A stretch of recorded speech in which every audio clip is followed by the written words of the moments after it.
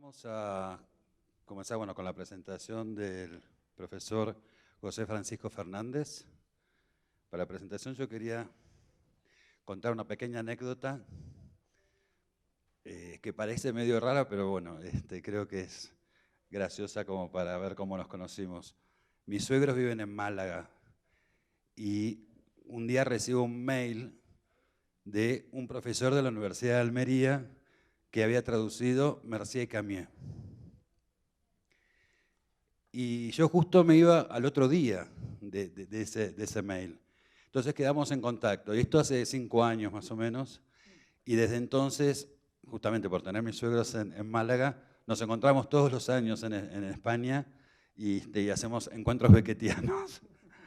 Nos encontramos, hablamos, nos pasamos material que hayamos producido en ese tiempo.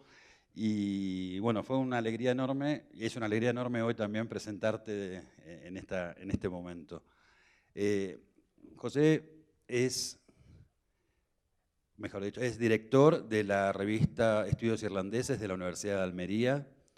Dentro de esa universidad ha coordinado el máster de Estudios Ingleses y tiene una vasta producción en traducción de la obra de Samuel Beckett.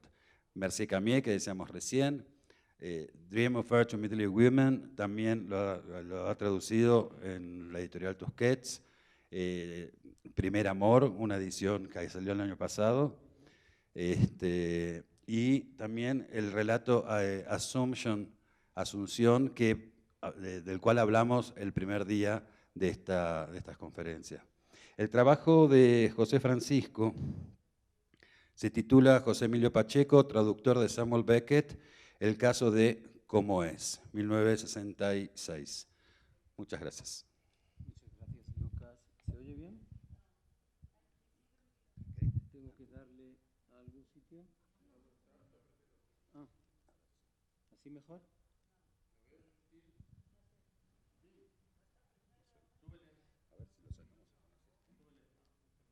A ver, así. ¿Ahora? No. Sí.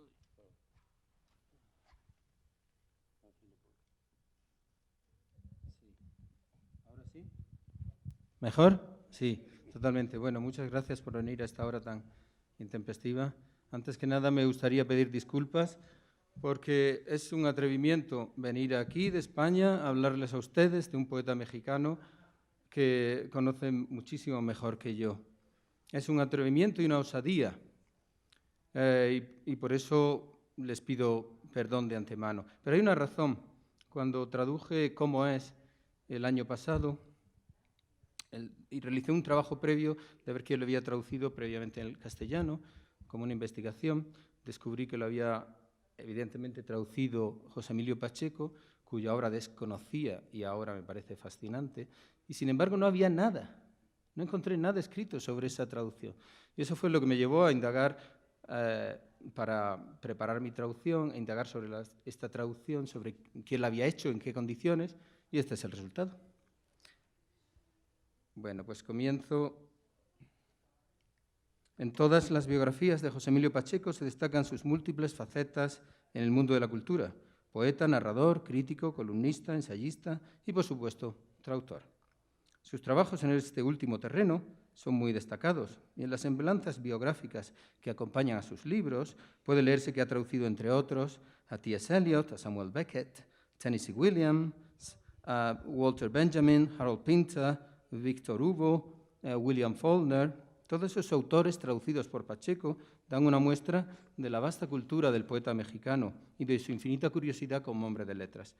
Sin embargo, su actividad como traductor se nombra con frecuencia de pasada, como un mérito más en su currículum, sin que exista un análisis detallado de este tipo de trabajos. Mi intención con esta investigación es la de detenerme en una de estas traducciones, concretamente la versión que hizo Pacheco para la editorial Joaquín Mortiz en 1966, de una novela de Samuel Beckett, Cómo es, con el objeto de indagar en el origen de este trabajo, situarlo en su contexto y a la vez ofrecer una valoración crítica del texto traducido. De alguna forma podría decirse que la extrañeza de la obra original, una de las más originales del novel irlandés, se ha extendido a la traducción realizada por Pacheco, creando un clamoroso silencio a su alrededor, pues, como decía al inicio en mi introducción, no existen estudios críticos sobre la primera traducción al castellano de esta novela de Beckett. Pacheco hizo la primera versión. Hablemos del contexto histórico. Desde finales de los años 50 del pasado siglo, Samuel Beckett se consolida como autor de referencia en el panorama internacional. Pasado el impacto de Esperando a Godot, la continua producción literaria del autor irlandés, la frecuencia de las representaciones de sus piezas teatrales por todo el mundo, la profundidad y variedad de los temas que tratan y las innovaciones formales que aportan a los distintos géneros literarios hace que se superen estereotipos que inicialmente se habían asignado a su escritura y que su nombre se asocie al tipo de literatura más experimental y arriesgada que se produce en la segunda mitad del siglo XX. En el mundo hispano, al principio de forma tímida, se empieza a reaccionar ante el desafío intelectual de los libros de Samuel Beckett. La primera traducción de Esperando a Godot, como señaló Lucas en una intervención ayer, o fue hoy, la primera traducción al castellano se publica en Argentina, en una traducción de Pablo Palant, en Buenos Aires, editorial Poseidón, que precede en 3 años a la primera versión que se publica en España. Dicha publicación, la de Pablo Palant, es reseñada un año más tarde en la revista de la Universidad de México, en octubre del 55, donde se destaca la ausencia de comunicación entre los personajes y cómo el lenguaje de la obra se transforma en un pálido fantasma del pensamiento. Igualmente, destacados intelectuales mexicanos de la época, como Ramón Xirau o Luisa Josefina Hernández, en artículos escritos en publicaciones como Revista Mexicana de Literatura o en México en la Cultura, empiezan a situar a Beckett como referente de las nuevas corrientes en la literatura. El hecho de que en 1961 un consorcio de editoriales, entre las que se encuentra la española Seix Barral, conceda a Beckett y a Borges el Premio Internacional Formentor, contribuye decisivamente a que se consolide la proyección de su obra en el público de habla hispana. Las referencias críticas sobre el autor irlandés, así como las traducciones de sus obras hechas en Argentina o en España, eran recibidas por avidez por una generación de intelectuales mexicanos con clara vocación internacional. Se trataba, como señala Deborah Cohn, de una nueva hornada de escritores que defendían una visión del saber amplia e integradora. It was a tightly knit group of internationalizing intellectuals who dominated cultural production through their monopoly of popular and elite media, seeking to legitimate a cosmopolitan definition of Mexican culture. Existía, por tanto, en el México de los años 50 un clima receptivo a las novedades literarias de los Estados Unidos o de Europa.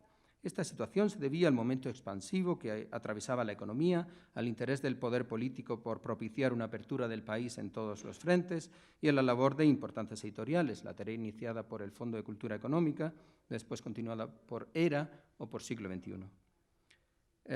La idea era ampliar el horizonte cultural de los lectores mexicanos por medio de la edición a precios asequibles de clásicos universales y de autores contemporáneos de prestigio. José Emilio Pacheco era uno de esos jóvenes cultos, con conocimientos de idiomas, que empezaban a escribir sus primeros libros, publicaban en suplementos literarios, frecuentaban las instituciones culturales del momento y seguían a figuras pioneras como Octavio Paz en la exploración de las literaturas extranjeras. Aunque el clima era, por tanto, propicio para que en México aparecieran traducciones de obras de vanguardia, la publicación en castellano de Cómo es no se podría entender sin la figura de Joaquín Díez Canedo, al frente de la editorial Joaquín Mortiz. Es bien conocido el papel que jugó en las letras mexicanas la creación de esta editorial en 1962. Joaquín Díez Canedo tenía a sus espaldas la experiencia de 20 años de trabajo en el Fondo de Cultura Económica y era un experto conocedor de la cultura literaria de su país adoptivo. Su interés por aunar el talento emergente de la literatura mexicana con lo más novedoso de las letras europeas le empujó a emprender una nueva aventura editorial con la fundación de Joaquín Mortiz. Su talento como editor, sus amplios contactos y su personalidad extrovertida hicieron mucho para que la compañía prosperara y se convirtiera en la editorial literaria por excelencia de México durante los años 60 y 70. El empeño de Díez Canedo en publicar versiones en castellano de obras que estaban causando impacto en Europa tuvo como resultado que desde los primeros títulos el catálogo de Joaquín Mortiz se nutriera de traducciones. Los libros que la nueva editorial sacaba al mercado, como dice un crítico, Significaron la renovación de la sensibilidad de una época, el descubrimiento de la palabra de los jóvenes, la innovación del imaginario de los lectores, la noticia de la novísima literatura universal. Entre los primeros títulos, por ejemplo, como recuerda Danny J. Anderson, se incluyó la traducción de La Pitié de Dieu, de Jean Co, en septiembre del 62, siendo una obra que acababa de ganar el premio Goncourt un año antes. Dice Danny Anderson, "In publishing works by already established Mexican writers and attention-getting translations, the company, Joaquín Mortiz, immediately coupled its name with the connotations of quality, high culture, innovation, and cosmopolitan taste associated with these titles." En resumidas cuentas, hubiera sido impensable que una traducción de Beckett, publicada en México en esta época, hubiera aparecido en otra editorial que no fuera Joaquín Mortiz. Era, por otra parte, inevitable que la traducción de Beckett se publicara en la serie del Volador, creada en el 63, pues estaba dedicada a dar a conocer la escritura más innovadora dentro y fuera de las fronteras de México. Salvador Elizondo, Juan García Ponce y José Emilio Pacheco publicaron en El Volador, pues reunían las características que exigía esta colección. Como apunta Eduardo Mejía, todos anhelaban verse en la serie del Volador. Vale. Pasemos ahora a ver Camoncé. Sabemos el quién, el cuándo, dónde, pero ¿por qué? ¿Por qué precisamente se escogió esta obra de Samuel Beckett para su publicación por Joaquín Mortiz? Si bien su talla como autor esencial en el desarrollo de la literatura de posguerra era incuestionable, es cierto que Beckett no se había traducido en México con anterioridad, al menos en formato libro. En el mismo año de publicación de Cómo es, Salvador Barros publicó en la revista Diálogos, Artes, Letras, Ciencias Humanas una traducción de Imagina, Muerta Imaginación. Habría que esperar casi 20 años para encontrar otra traducción de Beckett realizada en México, la versión de Adriana Menassé de la obra de teatro Pasos, publicada en la revista de la Universidad de México en febrero del 84. No es hasta fechas muy recientes, 2014, cuando se publica en México una traducción de Esperando a Godot, por Roberto Mares, en la editorial Tomo. A principios de los años 60, el terreno en principio era propicio para escoger una de las obras más conocidas de la narrativa o del teatro del autor irlandés para inaugurar la historia de publicaciones de Beckett en México. Era evidente que en aquella época, y aún hoy, tener a Beckett en el catálogo de una editorial era sinónimo de prestigio y de sofisticación intelectual.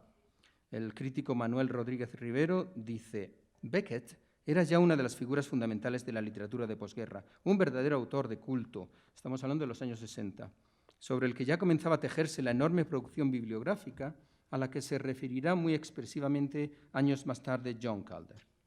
¿Por qué, por tanto, se escogió Cómo es? Se pueden apuntar posibles razones económicas, directamente el libro era barato, o bien relacionadas con la disponibilidad de los derechos que expliquen la elección de esta novela. Lamentablemente, los archivos de la editorial se perdieron y no es posible saberlo con certeza. Es muy posible que a Joaquín Díez Canedo, buen conocedor de las novedades editoriales en Europa y en permanente contacto con sus socios de Seix Barral en España, no le pasara desapercibida la audacia estilística de Camoncé. Para el propio Beckett era una obra inclasificable, dijo Beckett, refiriéndose a su propio libro. It cannot be described as a novel nor as anything else, not even, I fear, as prose. Díez Canedo, sin duda, tendría noticias de la conmoción que supuso en su momento esta atrevida propuesta narrativa de Beckett. El crítico Maurice Nadeau, en una reseña publicada en l'Express, poco después de la publicación del libro, afirmaba que la obra iba más allá de lo que se entiende por literatura. En un sentido más desfavorable, el reconocido psiquiatra español Juan José López Ibor reducía la historia de Pym hasta el absurdo y calificaba el lenguaje de la novela como un galimatías. Y dijo: el lenguaje de los esquizofrénicos no suele ser tan difícil de entender. Cuando se publicó la traducción en inglés, How It Is, realizada por el propio Beckett, un antiguo discípulo, el también escritor Aidan Higgins, opinó que Beckett había perdido en parte su talento creativo con esta obra. En definitiva, si el editor de Joaquín Mortiz tenía la intención de poner al alcance del público autores extranjeros del momento mediante buenas traducciones, tenía en Camoncé la obra ideal. Joaquín Díez Canedo, además, tenía debilidad por la literatura francesa y en los primeros años de andadura de su empresa, por ejemplo, publicó 3 traducciones de libros de André Breton. Como es sabido en Come on Say How It Is, Beckett desmonta la sintaxis que estructura el lenguaje y desarrolla su discurso narrativo a lo largo de una sucesión de fragmentos desprovistos de puntuación, sin conectores, sin apenas artículos y sin frases subordinadas. La yuxtaposición de sintagmas que compiten entre sí por significar, utilizando las palabras que libremente campean por el texto, dan como resultado unidades textuales confusas e inconexas, pero con gran carga evocadora. La extrañeza estilística se corresponde con el desarrollo de la acción, en la que un ser se desplaza por el fango en un lóbrego inframundo, mientras que en su interior, cuando cesan sus propios jadeos, resuena una voz que le recuerda fragmentos de su vida en un ámbito superior, equivalente a la vida convencional en la Tierra. Se trata de una distopía envuelta en una oscuridad deslumbrante, con ecos de la Divina Comedia de Dante. La elección de José Emilio Pacheco como traductor de Come on Say tuvo que ser forzosamente tomada por Joaquín Díez Canedo. Está documentada su dedicación, la de Joaquín Díez Canedo, su dedicación personal a cada uno de los libros de la editorial, empezando por la gestión de los derechos y terminando con el diseño de las páginas e incluso la elección del papel. Con la perspectiva que proporciona el tiempo transcurrido desde entonces, también parece algo natural que fuera José Emilio Pacheco quien se encargara de la traducción de este libro. Era habitual que jóvenes escritores fueran los encargados de hacer las traducciones literarias de especial interés para los editores. Así fue sin duda en el caso de las primeras traducciones de Samuel Beckett en España, realizadas en la mayoría de los casos por jóvenes poetas o narradores, quizá con 1 o 2 libros en su haber. Al ser estos los que sabían idiomas y tenían la necesaria preparación intelectual en dicha tarea, como Pere Gimferrer, Gabriel Ferrater, Félix de Azúa y Ana María Moix, entre otros. Ellos se encargaron en España de traducir a Beckett en ediciones que aún hoy se consideran obras de referencia.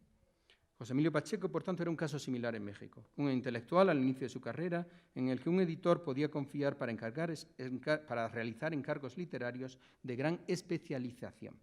Tras abandonar la carrera de Derecho para dedicarse a la escritura, Pacheco no había hecho otra cosa sino colaborar en las revistas literarias en suplementos culturales del momento. Fue una dicha ser joven en los 60, dijo Pacheco. Editoriales, libros, autores, librerías, revistas, público, todo se conjuntó para hacer de aquellos breves años, 1962-68, lo que hoy vemos como una pequeña edad de oro mexicana. Son palabras de Pacheco. Además de iniciar una prometedora carrera como poeta, Pacheco se entrega plenamente al periodismo cultural, escribiendo críticas y reseñas de libros. Jaime García Terrés, gran gestor cultural de su época, le encarga traducciones para la revista de la universidad. Será en la última página de esta publicación, como todos ustedes saben, donde tendrá lugar el origen de columnas que publicará durante toda su vida en distintos medios y que se conocerán como Inventario. En 1966, además, edita la antología Poesía en Movimiento, junto con Octavio Paz y otros. De alguna forma, por tanto, era inevitable que José Emilio Pacheco entrara en la órbita de la editorial Joaquín Mortiz. Al principio se encargó de trabajos menores, como la redacción de las solapas de los libros. Pacheco calculaba que aproximadamente había escrito 200 solapas. Después tradujo y publicó sus propias obras en la editorial. Morirás lejos, en el 67, y El principio del placer, en el 72, ambos en la serie del Volador. Y no me preguntes cómo pasa el tiempo, en su tercer libro de poemas, creo, en la colección Las dos orillas. El que se convertiría con el tiempo en el Premio Cervantes del año 2009, nunca dejó de admirar la labor cultural, la labor cultural de Joaquín Díez Canedo al frente de la editorial y valoraba especialmente su empeño en dar a conocer nuevos autores. Pacheco dijo de Díez Canedo: dejó su vida en la editorial y los libros que ayudó a hacer son ahora su monumento. Por su parte, Joaquín Díez Canedo tuvo siempre en alta estima intelectual a José Emilio Pacheco. Alababa su labor de analista de la cultura en sus columnas. Y Joaquín Díez Canedo dijo de Pacheco: para mi juicio es el más crítico de México. El encargo de traducir Come on Say tuvo que producirse en torno a 1962 o 63, pues José Emilio Pacheco afirmó que la traducción le había llevado cerca de 4 años. Antes de analizar la versión en español de Come on Say, por José Emilio Pacheco, es necesario destacar que la traducción en el poeta mexicano era parte esencial de su labor como creador. Entendía Pacheco la literatura en general como un diálogo con los autores que le precedieron y con el lector, en una especie de debate abierto que en su caso tenía el poema como punto de encuentro. Son conocidas sus aproximaciones o traducciones libres de textos de otros escritores. Los poetas cuya obra recreaba eran un pretexto para explicar su propia poética y para mostrarnos, dice un crítico, su experiencia lectora y de escritura. Es frecuente en la poesía de Pacheco encontrar otras voces de poetas que admira, bien presidiendo sus propios versos, bien incluyendo fragmentos ajenos en sus poemas. Se trata de acceder a la metapoesía por medio de otras voces que el autor convierte, mediando la escritura, en propias, dice un crítico. El propio Pacheco destacaba el fluir de un tipo de lenguaje fértil que brotaba de sus versiones libres. Dijo Pacheco, sus palabras textuales: «No tengo nada contra los traductores académicos, pero mi intención es muy distinta. Producir textos que puedan ser leídos y juzgados como poemas en castellano, reflejos y aún comentarios en torno de sus intactos e inmejorables originales». Fin de la cita. A pesar de que Pacheco especificaba que este tipo de intervención como traductor tenía lugar en sus versiones no académicas de textos de otros autores, como veremos a continuación, incluso en sus traducciones profesionales se producía un alto grado de interacción con el original. Pacheco, como traductor de Beckett, cumplió a rajatabla con la tarea encomendada y realizó una labor caracterizada por su profesionalidad. Sin embargo, dentro de las opciones disponibles al traductor de cualquier género literario, Pacheco optó por acercar el texto al receptor de la novela, buscando que la obra de Beckett, en la medida de lo posible, fuera asequible al lector mexicano de su tiempo. En un artículo publicado poco después de la aparición de Cómo es, en versión de Pacheco, el propio poeta exponía una declaración de principios que se puede extender a su labor como traductor.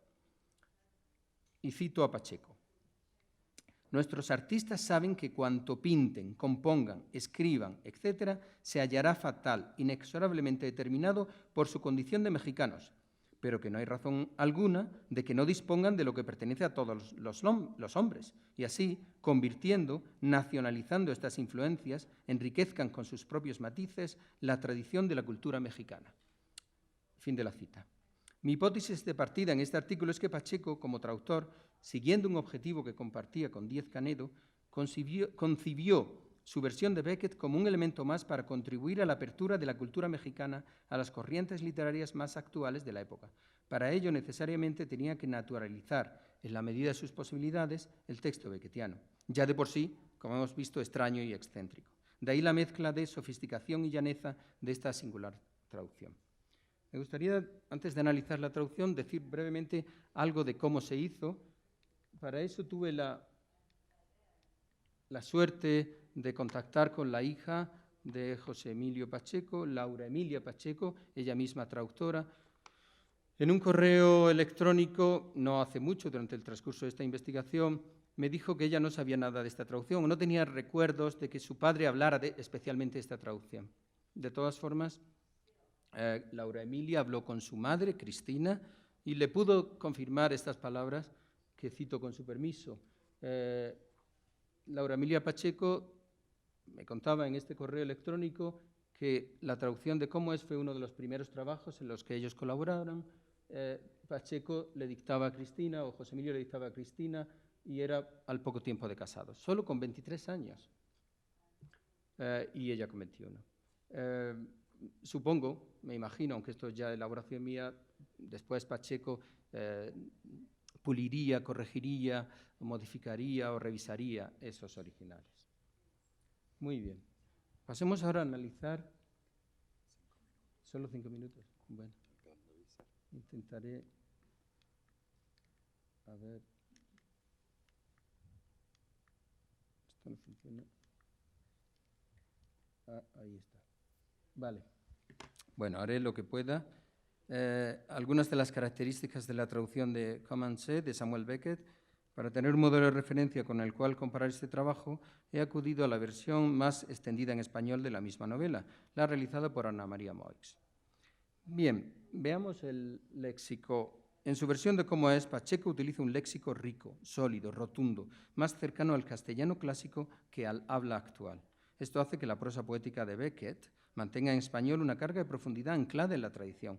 Muchos de los términos comunes empleados por Pacheco, frente a los más coloquiales utilizados por Moix, remiten al lector a un registro culto, y aquí lo pueden ver en las dos columnas. En lugar de barro, saco, cuerda, falta, retazos o felicidad, que son términos usados por Moix, Pacheco acude a lodo, costal, soga, carencia, jirones o dicha.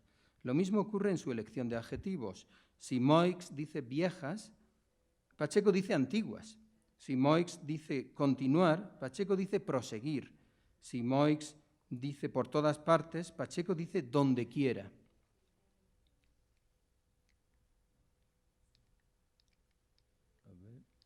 Eso es. Bien, hay en Pacheco también un cierto vuelo lírico, probablemente debido a su trayectoria como poeta, que no se encuentra en la traducción de Ana María Moix. Determinadas selecciones en la ordenación sintáctica muestran que Pacheco procura mantener la musicalidad de la frase. La atención al sonido y a la cadencia del texto hacen que la versión de Pacheco tenga como resultado una cuidada recreación poética. Una de las frases, por ejemplo, que más se repite en el texto, quelque chose là qui ne va pas, Pacheco la vierte al español con un ritmo expresivo. Algo hay que falla ahí. Mientras que en Moix se lee de una forma plana y neutra. Algo ahí no marcha. A veces una simple inversión en el orden de las palabras dota al texto traducido de una mayor sonoridad, como este ejemplo que tienen, ¿no? Les yeux brûlés d'amour sévère. Pacheco lo traduce como arden los ojos de severo amor. Mientras que Ana María Moix lo traduce de nuevo de una forma correcta, pero yo diría sin gracia. Los ojos arden de amor severo, una frase neutra, plana, sin ningún tipo de color poético, por decirlo así. Y simplemente le ha dado la vuelta a la frase, ha cambiado el orden, no ha hecho tampoco gran cosa. Bueno, no me queda tiempo, al menos algunos ejemplos más me gustaría ver. Sí, esto es importante, al menos sí me gustaría decir esto. Y es que la traducción de Pacheco utiliza en determinados casos el español hablado en México. Se aprecia aquí la intención de procurar, como dije al inicio, que el texto original, al cambiar de lengua, no sea ajeno al registro idiomático del público lector de su país, como se puede comprobar con los siguientes ejemplos. Empuja o jala, mientras que Moix dice empuja, tira. Apenas podía jalarlo, dice Pacheco, frente a apenas podía arrastrarlo. Pujo la boca abierta, dice Pacheco, empujo la boca abierta. Bueno, etcétera. Tampoco lo pueden ver ahí, cómo utiliza mexicanismos.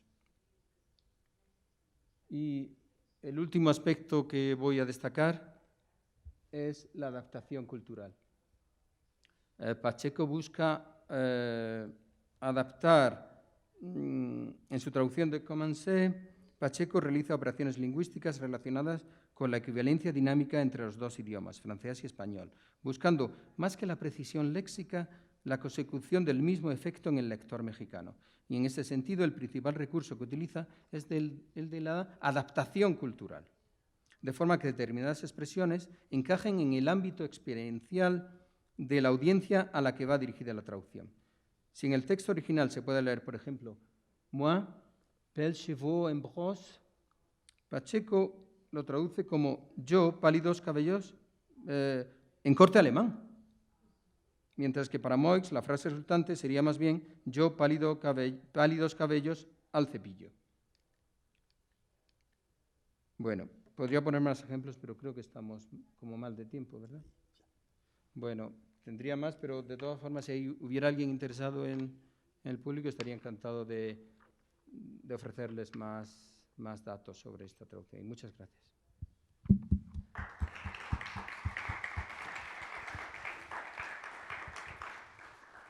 Muchas gracias, José Francisco. Tenemos un par de minutitos para alguna pregunta. Sí. Más que pregunta es un comentario con respecto, en primer lugar, agradecerte esta charla tan interesante. Yo conocí además a Salvador Barros por pura casualidad, pero bueno, esa es aparte. Hay una cuestión que quisiera señalar. Estos arcaísmos que mencionas en realidad también son mexicanismos. No es realmente, por lo menos los que tú mencionaste, Sí. son mexicanismos más que arcaísmos. Ah, muy bien. Vale, eso me interesa. Y lo del corte alemán, en la actualidad ya no se entendería, No. ya perdió vigencia.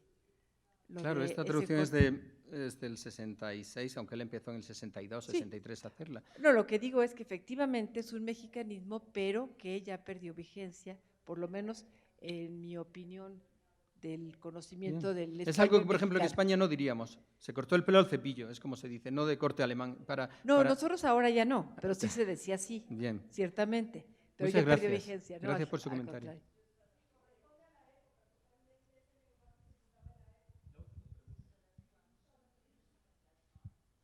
Hola, buenas tardes. Muchas gracias por No, esta plática. encantado. Es muy luminoso. Ojalá que muchos investigadores mexicanos quisieran hacer lo que tú haces con esto. Cómo es en la traducción de Pacheco es inencontrable. Tuve la fortuna de encontrarlo hace un par de años en un puesto de segunda mano, Sí, de viejo, aquí le decimos. igual que mi caso. Y es un tesoro. Pero bueno, tú hiciste una traducción Sí. reciente. Sí.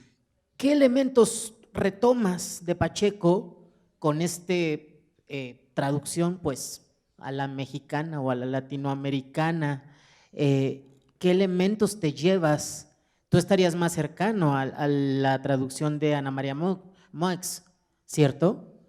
¿Qué tanto retomas de Pacheco? ¿Qué tanto eliminas? Esa pregunta es muy interesante y no es un tópico. Pero hay un elemento que a lo mejor desconoces y que da la clave en todo esto. Primero, de las 4 traducciones, honestamente considero que la de Pacheco es la mejor por todas estas cosas que he dicho, con diferencia, con una gran diferencia. Sin embargo, respondiendo a tu pregunta de la de Pacheco, de la de Moix y la de Pérez Navarro, no he tomado absolutamente nada por una razón muy sencilla. Los 3 tradujeron del francés. Y mi traducción yo traduzco siempre del inglés. Entonces no me servía, trabajé las 3 en el sentido de informarme, aprender, pero no me servía en nada, porque el texto, cuando Beckett traducía del francés al inglés, como ocurrió en este caso, publicó Comanche, después tradujo su propio How It Is al inglés, cambiaba el texto. Utilizaba su lengua materna y tenía una libertad que no tenía en francés. Y por lo tanto hay cosas que yo, teniendo el francés delante y todas las traducciones, no me servían. Solo podía inspirarme o admirar la traducción de Pacheco, pero yo curiosamente estaba traduciendo un texto distinto. Es el mismo libro y no es el mismo libro. Esa es una de las grandes contradicciones de la obra bilingüe de Samuel Beckett, que tiene 2 originales en casi todas sus obras, el francés y el inglés. Por tanto, la obra de Pacheco la admiro, pero no me sirvió, porque yo estaba traduciendo un libro distinto. Que es la versión inglesa, escrita en inglés con modificaciones. Yo a veces tenía el francés y el inglés delante, y ha cambiado el autor párrafos enteros, incluso los suprime. Entonces no podía fiarme. A eso sí, insisto en sencillamente admirarla. Evidentemente yo no soy poeta, y aunque intento seguir el ritmo, el fluir del lenguaje, no puedo pues aspirar a hacer la gran obra que hizo Pacheco. Muchísimas gracias, José Francisco. Un placer. Muchísimas gracias a todos. Y les comunicamos que próximamente aquí va a estar Mónica Raya con su diálogo Beckett Distant Beckett. Los esperamos. Gracias.